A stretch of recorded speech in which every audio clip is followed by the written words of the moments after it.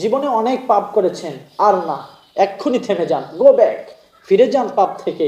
দেখবেন আল্লাহ সুবহানাহু ওয়া তাআলা আপনার পাপগুলো ক্ষমা করে দিয়ে পাপের জায়গাগুলো নেক দিয়ে পরিপূর্ণ করে দিবে।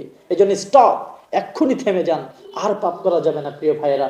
একটি হাদিসে রাসূল করিম সাল্লাল্লাহু আলাইহি ওয়াসাল্লাম বলেছেন, বান্দা যখন সারা দিন পাপ করে তো রব্বুল আলামিন রাতের বেলায় তার কুদরতি হাতটা দুনিয়ার দিকে দিয়ে থেকে তো বান্দাকে ডাকতে থাকে, বান্দা সারাদিন পাপ করেছো, রাতের বেলায় ক্ষমা চাও, আমি আল্লাহ সুবহানাহু ওয়া তাআলা তোমাকে মাফ করে দিব।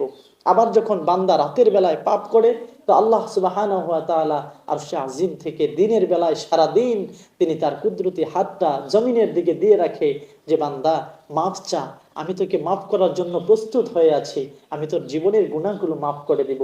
এজন্য প্রিয় ভাইয়েরা, আসুন স্টপ, এখানেই বন্ধ করে ফেলি আমাদের পাপগুলো, পাপকে ছেড়ে দেই, আল্লাহ তাআলা পছন্দের হয়ে যায়।